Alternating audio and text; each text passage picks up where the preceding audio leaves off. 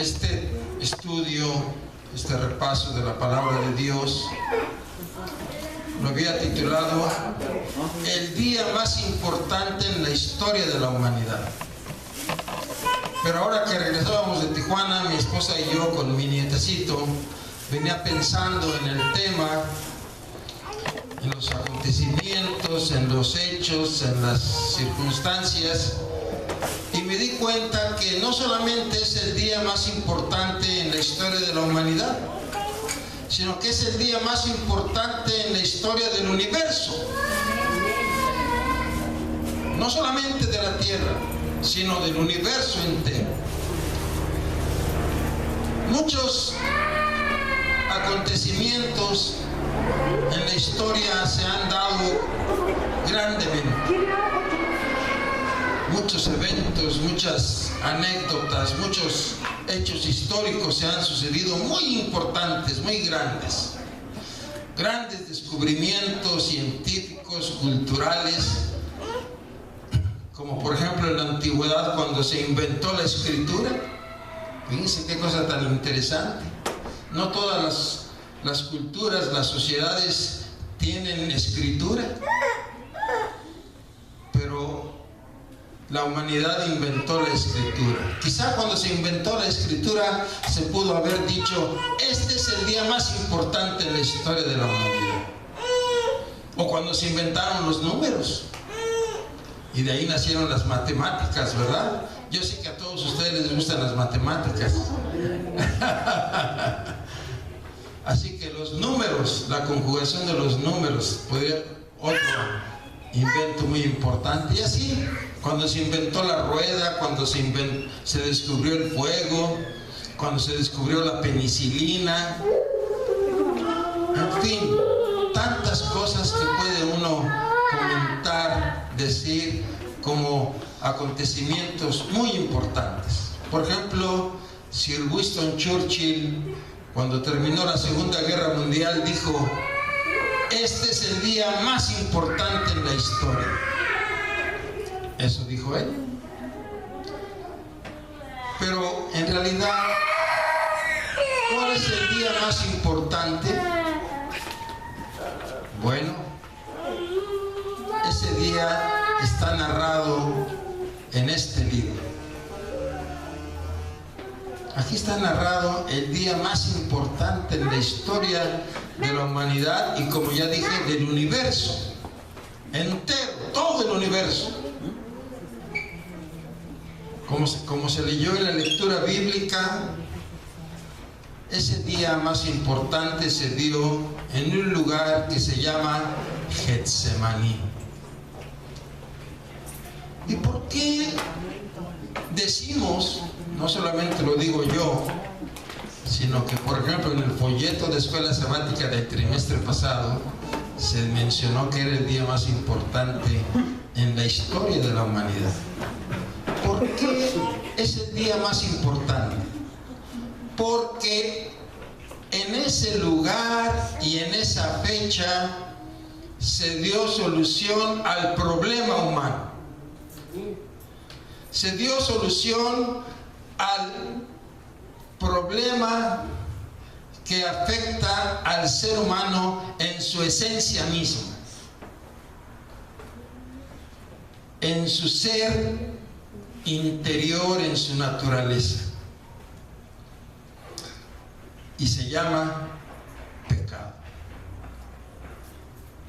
El pecado es el flagelo, es el daño, es la enfermedad, es el problema del ser humano.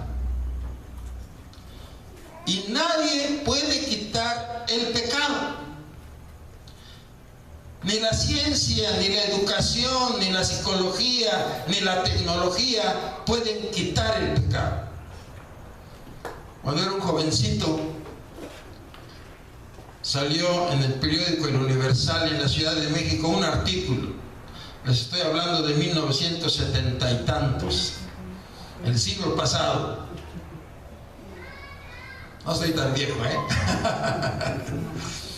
El siglo pasado salió un artículo que decía: cuando el hombre se llegue a superar a través de la tecnología, terminarán todos sus problemas.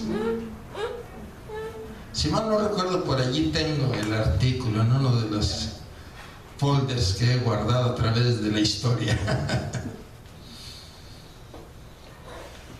El hombre soñaba que la tecnología, y sí que ha avanzado la tecnología, ¿verdad? Hoy que íbamos a Tijuana, mi esposa le entró una llamada a su celular y era una de nuestras hijas que están allá en Montemorelos. Y ahí iba platicando con ella y le iba mirando. Y mira, y ahí estaba su hijito. Cuando yo era un niño, empezaba la televisión. Blanco y negro. Pagábamos 5 centavos porque nos dejaran ver la televisión. Y ahora, ¿cómo está la tecnología? ¿Y se ha solucionado el problema? No. Se ha agravado. La violencia cunde por doquier. La maldad, la crueldad, los sátiros. Se hablaba de la educación, que la educación, al instruir a los niños, al educarlos desde pequeñitos, se iba a terminar el problema. Y se han inventado muchas técnicas educativas, muchos inventos psicológicos y pedagógicos. Tengo una hija que es psicóloga y otra que es maestra, y me han platicado de las técnicas de la psicología y de la pedagogía. Tengo una sobrina que también estudió pedagogía en México, y no han solucionado el problema. No se ha solucionado el problema. La educación, la cultura, la fuerza de voluntad tienen su lugar. No se puede decir que no sirven. Tienen su nivel de acción, pero no pueden quitar el pecado del ser humano. No pueden erradicar el pecado del ser humano. No hay nada ni nadie que pueda hacer al hombre bueno. Solamente Cristo. Amén. Solamente Cristo puede hacer de un hombre malo un hombre bueno. Del orgullo a la humildad. Del egoísmo al servicio. Solamente Cristo puede hacer esa transformación. Amén. Nadie más puede hacerlo. Entonces, en esa noche,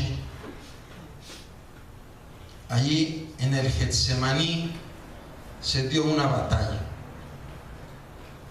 una lucha, una guerra, un conflicto, el conflicto más intenso, más cruel, más tremendo que se haya dado en la historia de la humanidad.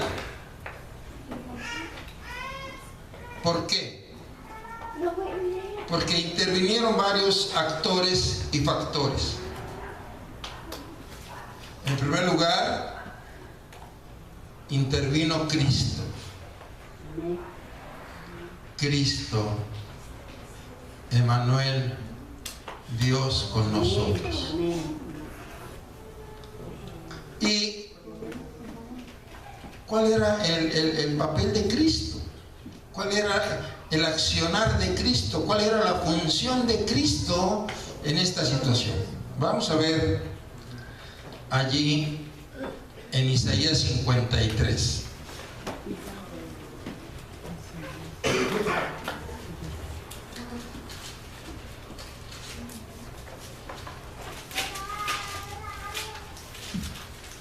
Del 4 al 6. Amén.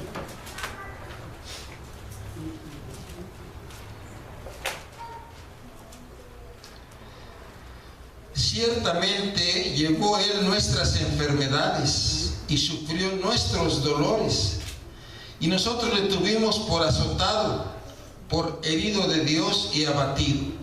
Mas Él herido fue por nuestras rebeliones, molido por nuestros pecados. El castigo de nuestra paz fue sobre Él, y por su llaga fuimos nosotros curados. Amén. Todos nosotros nos descarriamos como ovejas, cada cual se apartó por su camino, mas Jehová cargó en él el pecado de todos nosotros. Así que, ¿cuál era el papel de Cristo? ¿Cuál era la función de Cristo? Cargar los pecados de cada uno de nosotros y de todos los seres humanos que han pisado este mundo.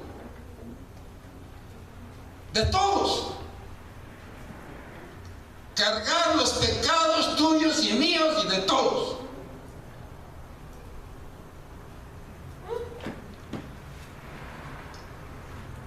¿Qué carga?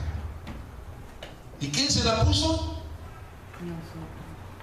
Dios. Aquí dice, mas Jehová cargó en él el pecado de todos nosotros. Pues Dios se la puso. Él quiso venir y tomar nuestro lugar. Amén. Amén. Él decidió venir y ocupar nuestro lugar y cargar nuestros pecados.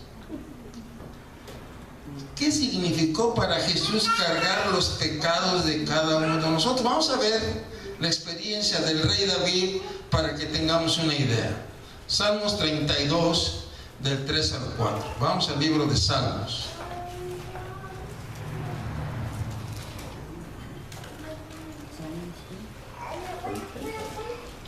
Salmos 32, del 3 al 4. Amén.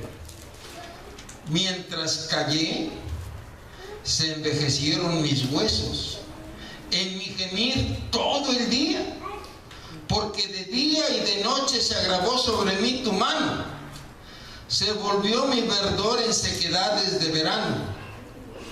Así que fíjense ustedes, esta es la experiencia de un hombre que está cargando un pecado, que está cargando su pecado. Cuando mató a un hombre y le robó a su mujer. ¿Y qué dice? ¿Cómo se sentía este hombre con ese pecado? Se sentía morir, se sentía seco, no podía dormir, como estaba platicando el hermano Fernando ahorita de esa persona, no podía dormir. Su pecado día y noche. Si era noche quería que fuera día, y si era día quería que fuera noche. No estaba contento, no estaba feliz, estaba angustiado, triste, apesadumbrado, marchito, como muerto. Un solo pecado lo tenía así. Ahora todos los pecados de toda la humanidad, de todos los hombres que hemos existido a través de los 6,000 años de historia. Qué carga, ¿verdad? No es una carga fácil.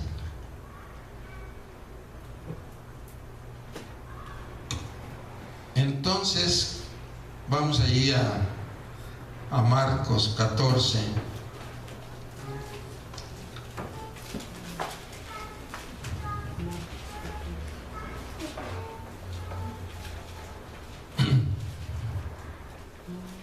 Del 32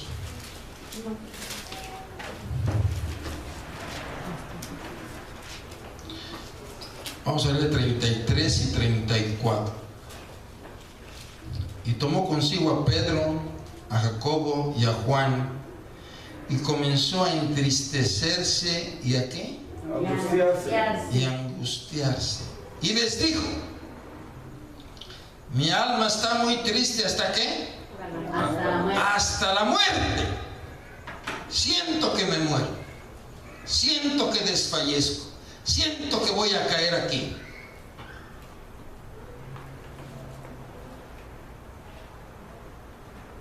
Así que Jesús estaba muy mal. tenía una tristeza, una angustia hasta la muerte.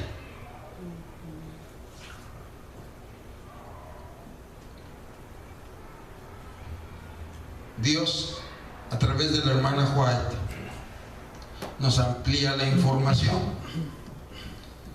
de este acontecimiento aquí en el libro El deseado de todas las gentes, página 636. Nos dice aquí: pero ahora le parecía estar excluido de la luz de la presencia sostenedora de Dios. Ahora se contaba con los transgresores. Debía llevar la culpabilidad de la humanidad caída. Sobre el que no conoció pecado, debía ponerse la iniquidad de todos nosotros. Tan terrible le parece el pecado, tan grande el peso de la culpabilidad que debe llevar, que está tentado a temer que quedará privado para siempre del amor de su Padre. Sintiendo cuán terrible es la ira de Dios contra la transgresión, exclama: mi alma está muy triste hasta la muerte. Así que aquí se nos amplía la información. Jesús, al cargar el pecado de todos nosotros, dice que teme quedar separado por la eternidad de su Padre. Fíjense nada más qué situación tan terrible en Jesús.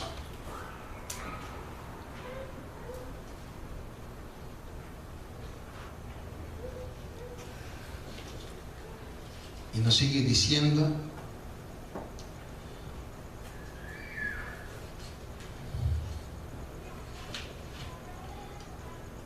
los discípulos se despertaron al oír la voz de Jesús, pero casi no le conocieron. Tan cambiado por la angustia había quedado su rostro. Fíjense nada más.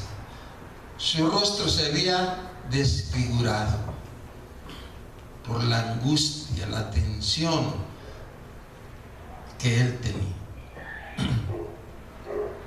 ¿Y qué nos dice Lucas? Vamos a ver lo que el Evangelio según San Lucas nos dice.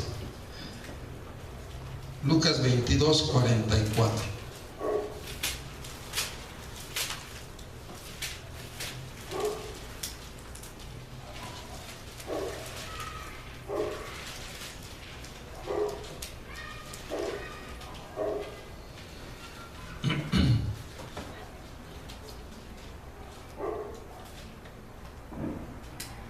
Y estando en agonía, oraba más intensamente, y era su sudor como grandes gotas de sangre que caían hasta la tierra. Fíjense nada más. ¿Su sudor era de qué? De sangre. De sangre. No era agua como nosotros sudamos, ¿verdad? ¿Ustedes han visto a alguien sudar sangre?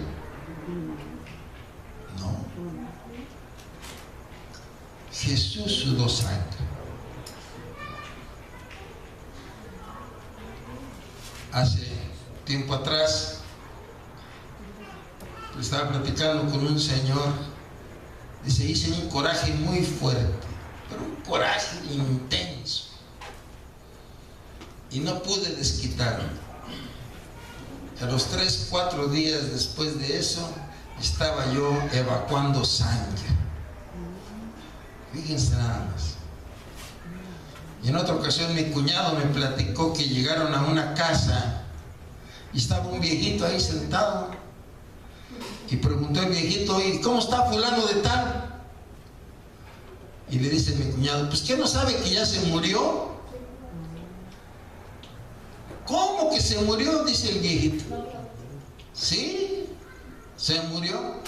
¿Y que se muere el viejito ahí? De la impresión, fíjense nada más. O sea que una impresión de nuestro cerebro es tremenda, intensa. Así estaba Jesús. Él dijo, mi alma está muy triste hasta la muerte. Y era tal su angustia, su